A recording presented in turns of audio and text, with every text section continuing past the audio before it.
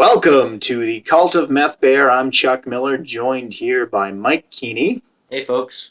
And we're going to talk about the Boston Bruins.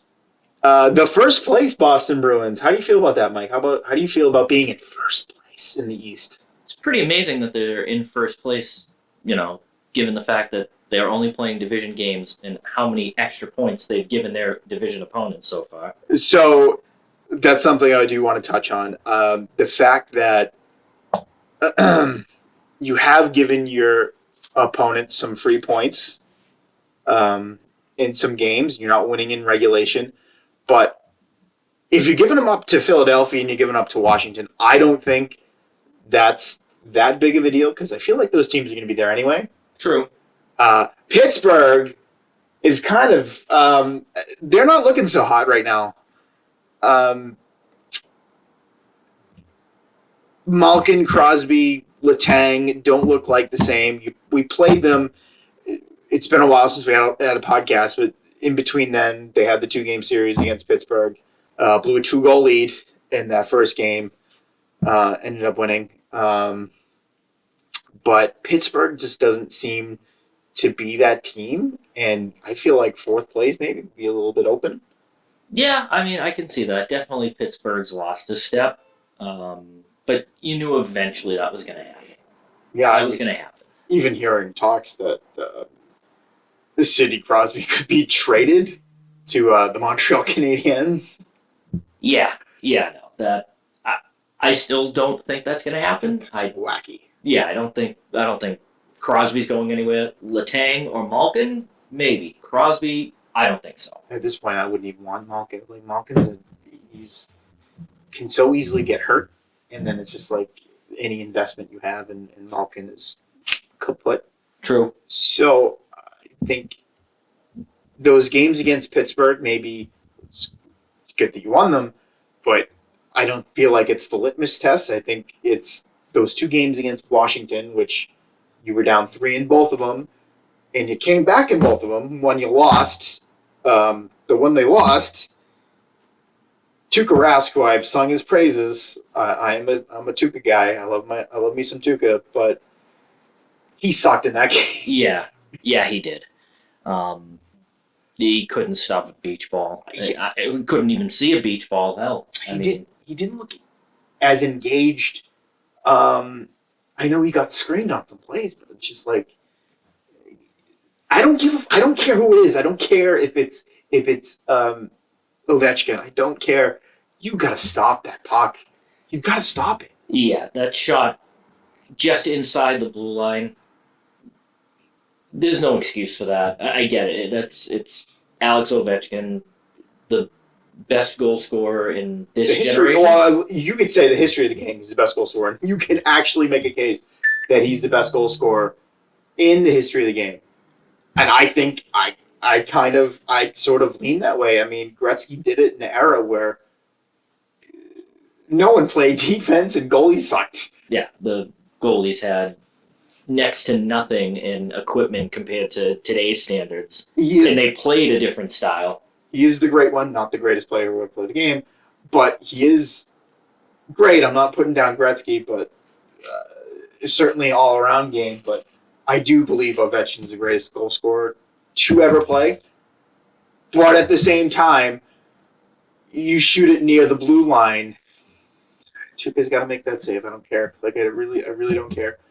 Was he slightly screened on that, or was that just? I think that he just straight up fucking didn't even react to it. Yeah. It was weird. So they lost that game, but they did take a point out of it. So I applaud them for coming back, and I applaud them for coming back and winning in regulation the next game. Right, but the thing is, you go down by 3 in the first game against Washington. Yeah, you came back to at least tie it and get the loser point. But to do it again, basically the following game, like that just can't happen. That is not the recipe for success. It's not. I mean, it seems to be developing. But not long term. Of course, no, not long term. But to be honest with you, and I'm not one of these. This is going to be a homerish take, and I'm not one of these guys who's a homer, but you're better than that Washington team. I think you're better than them. And it's just like they kind of got some fluky goals. Definitely got some fluky goals. We'll talk about number 33 for Washington in the next game, getting a fluky goal. Yeah. I feel like they deserved to take that game and maybe come back in the other game and lose in overtime. Like it just watching it, it feels like I feel like they're a better team. Mm. Well, also, you got to take into consideration the monster in goal, the boogeyman for the Boston Bruins, Braden Holtby. He's on the opposite coast now. Yeah, which is thank God for that. That's the Holtby haunts my fucking dreams. Yeah, him and Eli Manning. So they come back and win that second game, but Zdeno Chara scores a goal against the Boston Bruins. How did that make you feel? Well, it was nice to see Chara can actually still take slap shots and have them, go into the back of the net in some way. I don't think he took a slap shot here for the last 5 years, it seems like. Yeah. But the fact that you've gotten pretty much almost no real offense from your defenseman, to see something like that it stings, but you still have to look at the bigger picture. And the Bruins going young on defense, up to this point, it's worked. I think they made the right call, and I think people were looking at, Chara scored against them. It's like, okay. I mean, that's great. Yeah, exactly. That could happen to, He has the same amount of goals as Brandon Carlo does. Yeah. And we know Brandon Carlo is not an offensive defenseman by any stretch. He scored in that game. Yeah. But I've been wrong about a lot of things so far in this season. Richie, I was wrong about. We were both wrong. Richie's been fucking fantastic. Park his fat ass in front of that net on the power play, and magical things have happened. So my Trent Frederick take is that he was a bad first-round pick. I still kind of think he's a bad first-round pick, but I love him so far. Like, I think he's been great. And I did say there could be a possible fall in production for Patrice Bergeron, which has not happened. Patrice Bergeron has been fantastic. Really, even the makeshift top line was still your top line with Bergeron, Marchand, and insert player X, whoever it has Should been. have even inserted David Krejci on the first line at times, which I think is things aren't going well if you're putting David Krejci on the first line. No, but then again, they're also kind of, I guess, ravaged with the injuries on the wing. So yeah, I mean, if you're bringing up Anton Blech, I guess that you are. So I was wrong about Richie. I was wrong a little bit about Frederick and Berge. I'm going to take a victory lap a little bit and saying goodbye to Krug and saying goodbye to Chara. I don't think they've missed them. I got to be straight honest with you. Has the power play really lacked in production so far this season? No, not at all. Once again, it's their bread and butter. They still struggle to score 5-on-5 most of the time, and their power play still has been very good. That has been thanks to a guy like Richie. Seems like he's found a purpose. Thick Nick. Yeah, I like that. Shoving his ass in front of the net. Fantastic. And of course, when a guy like number 88 comes back into your lineup, probably the best goal scorer in the. I think you can actually say he's one of the best goal scorers in the NHL right now. Absolutely, no doubt. But here's my thing, and here we go again, where I feel like, and it's only a couple of games, so don't read. I guess we probably shouldn't read too much into it, but that's the sort of thing we do on this podcast. I don't want them leaning too heavily on him. Which, hey, I mean, if he's like, I think you mentioned it, if he's going to be the difference maker, he's going to be the reason why you win games, that's all well and good. But he can't be your sole reason why you score. Yeah. And they're still lacking depth scoring. It's a huge problem. They spend huge chunks of the game. It just seems like just skating around, not putting any real quality shots on net, and even the ones they do, they're just not burying them. And I don't know what it is, other than the fact that we've touched on it before. We'll probably continue to touch on it unless Don Sweeney finally finds a top six winger to play with David Krejci, and you actually can have a real second line. They haven't had a real second line in years. I feel like, unfortunately, DeBrusk is not someone you can rely on to be that guy. And when he comes back and he's healthy, you have to have that mentality where it's just like, I can't trust this guy to produce. Right. So I think that should be their number one priority. I know there's been talk about adding a defenseman. As we talked about, you mentioned Dunn out of St. Louis. Yeah. What would you be willing to give up for him? Honestly, at this point, probably not much. You know, St. Louis would have to almost be trying to give the guy away at this point. Defense has not been your issue. It hasn't. It really hasn't. No. So far, this One of the best defensive teams in the league. This youth experiment has worked. Maybe Don was right. Maybe we're the fucking idiots. Which would make sense because he is the general manager of the Boston Bruins. But also, it's one of those things that I've been saying about the guy for years.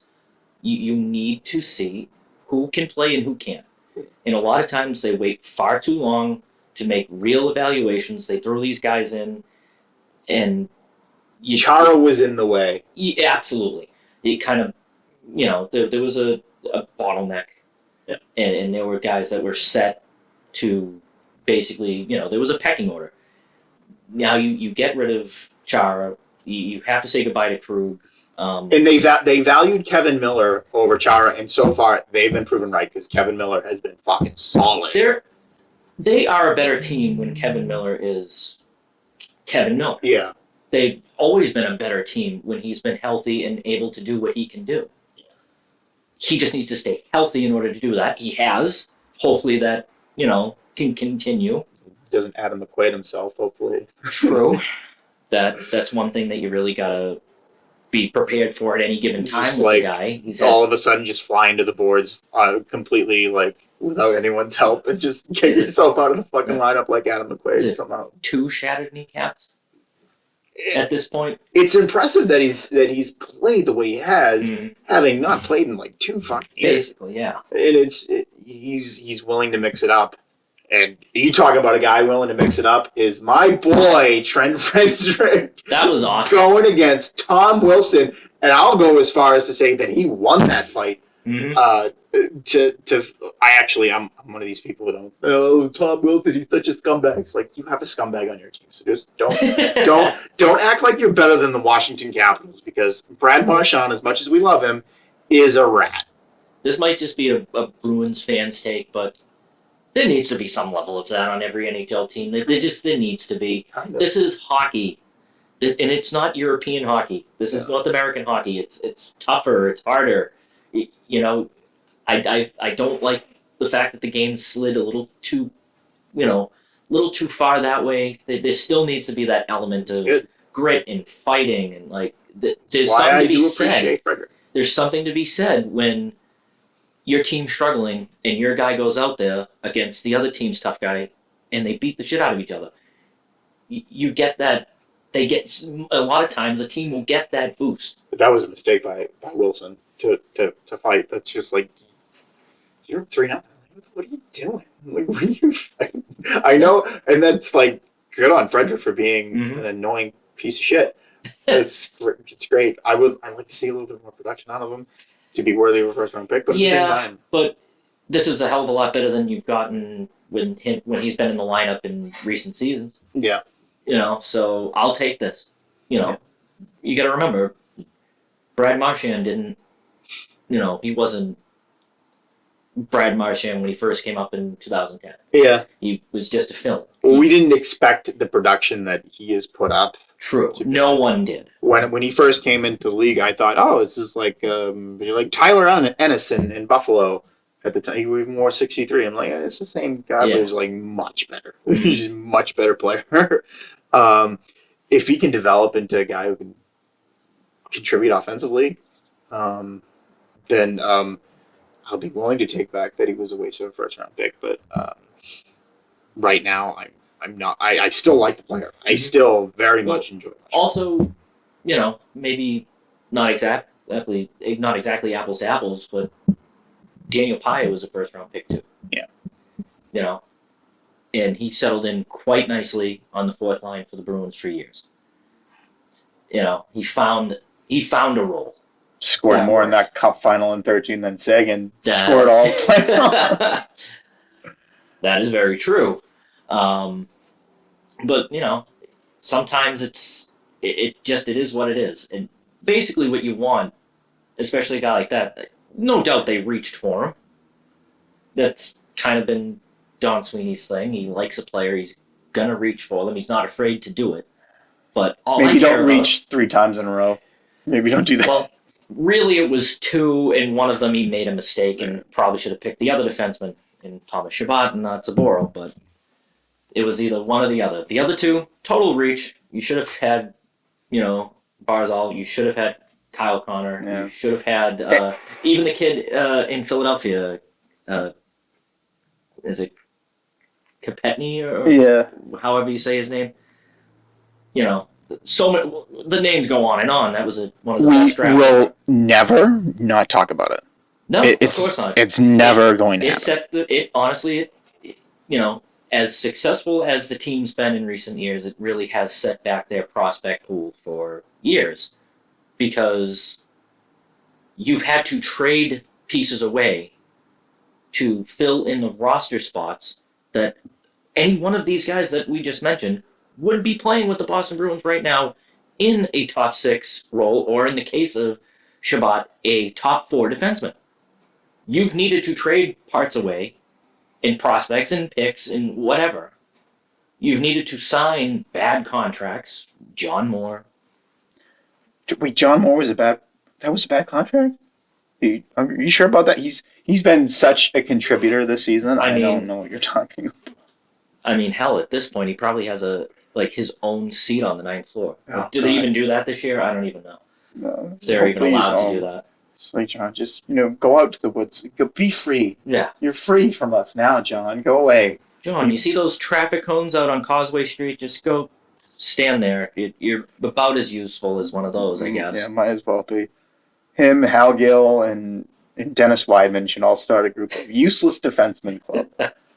Well, no, Dennis Weidman, at least he can contribute offensively. John Moore is just a piece of shit. Hey, you were able to trade Dennis Weidman for Nathan Horton. Oh, there we go. So we're going to move on to that game against Philly.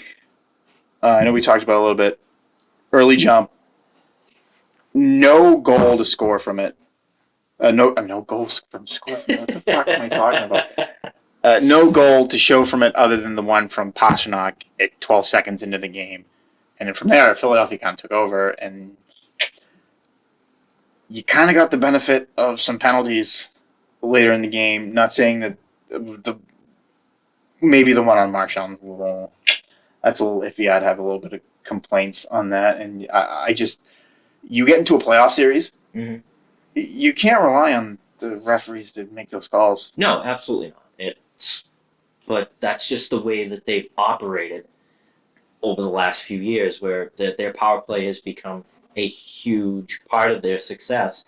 If it's not going, or they're not getting the penalties called on the opposing team for them to be able to go on the power play, we've seen their struggles 5-on-5. They're just not going to score enough goals. And you don't know what kind of Tuukka really you're going to get, or even Halak for that matter, night in and night out. Halak's actually been really good. I'm surprised, but yeah, you're right. It's just really, really frustrating to watch. That it's not even so much that they're even playing bad 5-on-5. they completely outplayed Philly. They dominated that first period. That first period was Fantastic. amazing. They looked great. Fantastic. But them not scoring on their fantastic play and all the chances that they had. Carter Hart's a very good goaltender. He made them look, he kept Philadelphia in it. Yeah. Because the Bruins were putting shots on net. He was stopping them. But that tends to happen if you're not going to build on a lead, and a team's going to look for any positive going into the locker room after the first period. You're going to look for whatever positive you can to play the goaltender. There you go. They fed on that. Philadelphia eventually just took over. We all know how the Bruins play in the second period. Yeah. And all it takes is one deflection. Even it's one game, and then from there it's fucking it's over with. So it's just like fuck. Like come on, guys. Like put the fucking puck in the net for Christ's sake. If you're gonna play that way, like what is the fucking point? Obviously, there's a glaring hole on this team that you need one more finisher. You need what the fuck is Thomas Vanek doing right now? Can we drag him up? The trade that they didn't make in 2014. They just absolutely needed Andre Mazzaros. Of course they did. Don't be ridiculous. Of course they needed Mazzaros to lose that series. Fuck. Yeah. I was talking about that the other day. Not the other day. Actually, today. That series and game 6 of that series, Vanek scores twice, and just like, fuck. It's very, very frustrating to see that was one of their best shots of the cup. They didn't even make it past the second round against a team that you were better than. Yeah. And it just because you weren't willing to trade for Thomas Vanek to at the very least keep him away from Montreal. And I know they had some cap issues that year. They had to trade away Johnny Boychuk, which was the wrong defenseman to trade away. They shouldn't have signed Seidenberg to that extension. Yeah, that handcuffed them for a long time. And Dennis Seidenberg's one of my favorite players of all time. He's just a big guy, very reliable. Every now and again, he'd chip in with a goal that would almost rip the back of the net off because of how hard it was shot. And to only get 2 second-round picks for him because you were desperate to have to trade him away. Yeah. Granted, you needed the cap space to re-sign Krug, but also to re-sign Riley Smith, who then they just puttered away for Jimmy Hayes, which that in and of itself was a massive mistake. Part of signing Chris Kelly to the deal that they signed to him, and just sort of. accumulated. We can go down the road for years and years about Peter Chiarelli's and we will do it. It's going to happen. Every podcast we're gonna talk about how Chiarelli fucked up and how Sweeney fucked up the 2015. It's going to happen. It's therapy. I'm sorry, it's going to happen. But we'll move on. I guess you want to move on. Oh no. Now I have to take a brief aside. This is just going to be a brief thing. Don't tell me to stop living in the past, especially if you're a boomer fucking Bruins fan. How many times I have been told about the 1970 Boston Bruins completely unsolicited and about Bobby Orr. Don't you fucking people tell me, oh, you don't even know. I'll tell you about this. I've already been told. You weren't there. Yes, I was. I'm sorry. I was there in 1970. I understand I'm born in 1990, but I've been all of the fucking stories that have been accumulated without even meaning. I'm just standing on the middle of the street. I'm wearing a Bruins hat. Some fucking junk ball comes up to. I'll take you. Do you know about Bobby Orr? At this time of Bobby Orr, I saw him back in 1970. Listen, I know. I've seen Bobby Orr play more recently than you have, actually, because there's this thing called YouTube, and they have old games on there, and you watch them. I have been there. Don't fucking tell me to live in the past, not to live in the past, because you fucking people do it constantly. That's just my little rant. Okay, I now mean, and to add on that though, but it has rubbed off on us in some way because I do understand why those people romanticize about all that. You know, the 70s Bruins and all that, but you want to talk about massive underachievers. They won 2 cups. That's it. It for a team that's talked about in this town, the teams, the way that they're talked about, to win only twice. oh, but they built so many rinks after 1970. It exploded as a sport. No, it's like, yeah, we know. And that's all well and good, great. It's fantastic. But at the same time, you won 2. That's it. You had in between those 2, you had the best regular season of any team ever up to that point.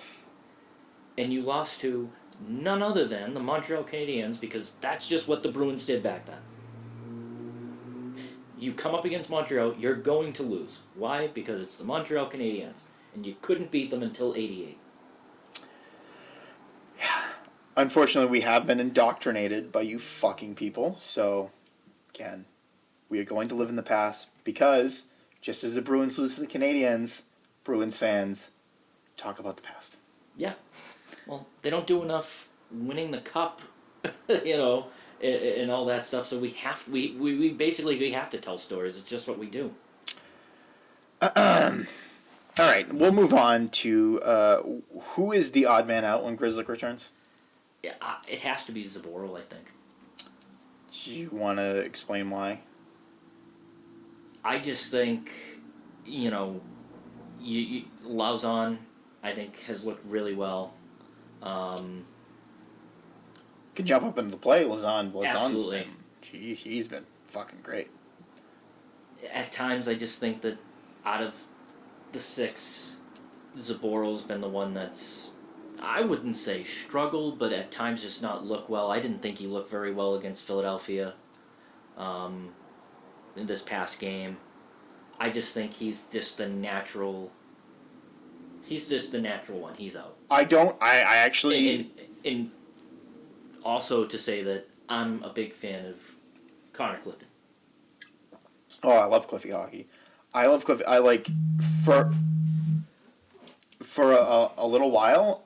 I don't think it's that bad of an idea just to keep Zaboral on the ninth floor because that's what's gonna happen with young defensemen. Just like you're gonna have to watch some games For up sure. on the ninth floor. I mean, Grzelcyk was there at one point.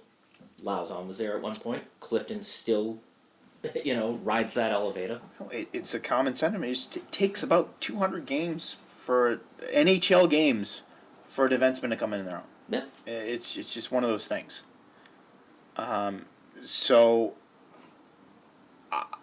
I do think it might be a good idea to have Zaboral sit for a few games, but I do fear it might be a bit of a redundancy to have Grzelcyk and Clifton because not the biggest of guys.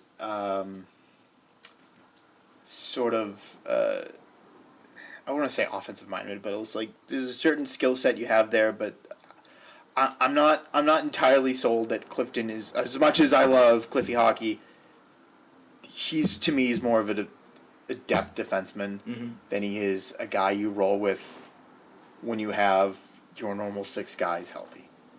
Yeah, but this isn't a normal season, and this isn't a normal, you know, defense group.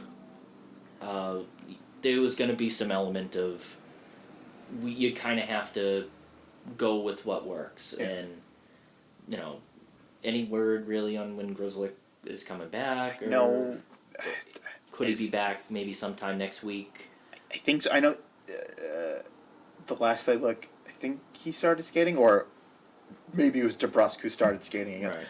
But Well, in any sense, you still have a couple of games to see which one of these guys wins out, because you're not sitting any of the other 5. I'm gonna tell you, like if it's Game 7 of playoff series, yeah, you play Clifton because Clifton has played in the Stanley Cup final. He's played in. He's an experienced guy. Mm-hmm. So yeah, if it is Zaboral sitting out. I don't mind it for a little while, but I think it's important to get as much games in for a young defenseman as you can before the playoffs hit, because a lot of these games have playoff type atmospheres, True. and a lot of these games are these are dogfights, and a lot of them are going overtime, which I enjoy. I enjoy this type of hockey. This is kind of exactly the sort of thing that I want. It's going to get even more intense the later the season goes. This division's probably not as tough as we thought it was going to be. So far, not really. When it all boils down to it, I would just like them to stop giving away the loser point. Yeah. Because eventually, that's going to come back to bite them. You don't want them not winning the division because they lost too many games in overtime and shootouts, or they won too many games in overtime and shootouts, because you've been giving the points away to teams that you may be better than or slightly not as good than. Basically what I'm saying is the top teams in this division, it can really just fluctuate by a couple of points. And with that, you just don't want to be giving away these extra points. As long as they're in the top three, I'm okay. If you're battling for that fourth spot, you're in trouble then, because that's not a position you should be in. I think it's starting to crystallize where it's like it's going to be you, it's going to be Philly, it's going to be Washington, Pittsburgh. Who the fuck knows if they're going to get their shit together? It wouldn't shock me once Pittsburgh hires their new GM, which that situation is a complete cluster. Yeah. What they decide to do, what Mario Lemieux and the ownership down there allows that general manager to do, if they determine, okay, well, we've kind of reached the point with this group, anyone's untouchable except Crosby or something, or vice versa, I should say. Crosby's the only untouchable. You can trade off anybody you want. Just we need to start building back, because the draft for us hasn't been very nice in the last few years. We've been a good team. We know what happens when you're a good team. Your draft pick slides lower down the pecking order. A lot of times you're trading away top picks to supplement your roster for a deep playoff run. We've dealt with it here, except Don Sweeney just at times reaches way down into the draft pool and pulls up something that no one really wanted. So the Islanders are another team that we thought was going to be successful, and they've been bad. Yeah, they've been bad. They've not been good, which is fine because they're your only loss in regulation this year, but they've been bad. And they don't really have much time. It's like oh, it's early, but it's really not. It's really no. In a 56 game schedule, they've played how many games so far? About 9, 10. About 10. Yeah. That's we're getting close to a quarter of the season here. You got to get your shit together quick, and it opens up. It gives teams you wouldn't think, like Buffalo or the New York Rangers, or even New Jersey. New Jersey looks like they can compete. Mm-hmm. Blackwood comes back and he's good. I maybe overrated this division. I think the top three teams are still pretty good. I think Philly. I still think Philly is the team to beat. If that's the team that you have to beat, because Carter can be really good. Yeah. So I'm happy that they're trending, but they have a lot of things to work on. They need another scorer, and another defenseman wouldn't hurt either. But Don Sweeney's hit a lot of the right buttons this season, and I didn't think he would. Yeah. Oh no, we, judging on our first few times doing this podcast, we were ripping a lot of the moves, or non-moves, I should say. But so far, it's panned out to both of our surprise. Yeah. But it doesn't mean that everything's been perfect, because it hasn't. No. And there are things that they need. I mentioned it earlier. I'll keep mentioning it until they actually finally, get a grip on it and give David Krejci something. Krejci's been really good this season. Give him something. You cannot continue this trend of having David Krejci and player X and player Y in just this revolving door where nothing happens, that you got to give the guy somebody that just scores goals. I'm willing to say at this point that the whole Kakakasha acquisition was nothing more really just to get rid of Backus's contract. I've completely forgot about Kakakasha. Like 100%. Completely forgot he was on the team. You just mentioned him now. That's right. They traded for him because he's got extra term on his deal. It was basically just, okay, can he possibly provide something in a top 6 or middle 6 role? Fine. We'll get rid of most of Backus's horrible contract. And now it looks like Richie might be the guy that skates on that second line. Hey, Nicole mentioned this a few weeks ago where it's like, hey, Richie can be Krejci's Lucic, and you just got to find Krejci's Horton, and then you can recreate some of that magic. Mm-hmm. Clearly, he's not going to be Milan Lucic at his best. No, absolutely not. But you can sort of recreate that in a little bit of a way. If you get him another winger, Mm-hmm. you have 2 solid lines, and you can put Smith back on that third line with Coyle. I think a third line of Coyle, Smith, and DeBrusque could be Great. awesome. That'd be great. But the only way you can achieve that is having a proper, functioning second line. Yeah. Otherwise, you're gonna have this revolving door of, certain guys are out of the lineup for different ailments and injuries, and you're gonna have to bump up Smith, and you're gonna have to bump up DeBrusque, and at times you're gonna have to bump up Coyle, Yeah. which we all know Coyle just doesn't. He's Putting third him on the line. wing, it's Yeah. just not the same. He's comfortable and he's more at home when he's playing center. Yeah. And that's when he's played his best in a Bruins uniform, is when he's been your third line center. And if you can keep that line together, that's great. But like I said, the only way you can achieve that is having a functioning second line, which they haven't had for years. So, what are you looking forward to tonight against the Flyers? What do you wanna see? Hopefully, they can get off to another hot start. But if they go up 1-0 early, I want to see them build on the lead. Yeah. They have to build on the lead. They had so many opportunities in that first period. Philadelphia had no answer, and they were turning the puck over. Philadelphia was sleepwalking through that first period, and if it wasn't for Hart, who's to say what the score is? Yeah. But also, that's also a product of the fact that it's just so very difficult for the Bruins to score 5-on-5. Yeah. Outside of that top line. You can't throw your hands up in the air. Well, it's Carter Hart. I guess we can't score. That's a cop-out. Yeah, it is. They've played against good goaltending. They've played against bad goaltending, and it seems like the result always stays the same.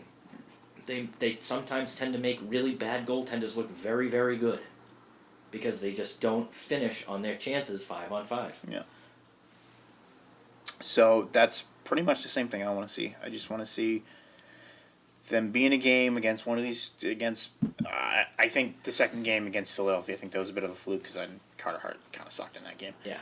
I want to see them beat Philadelphia at their best. I want to see them at their best, and I want to see Philly at their best, and I want to see them beat them. So that's what I'm looking forward to tonight. Hopefully we get to see that. And I want the defense to be to keep up the play that they've been having throughout the season. Mm-hmm. Definitely. Is there anything else you want to add before we end tonight's podcast? No, I think we're good. I think I hit on everything I wanted to. Yep, me too. For Mike Keeney, I am Chuck Miller signing off. Have a wonderful night. Later.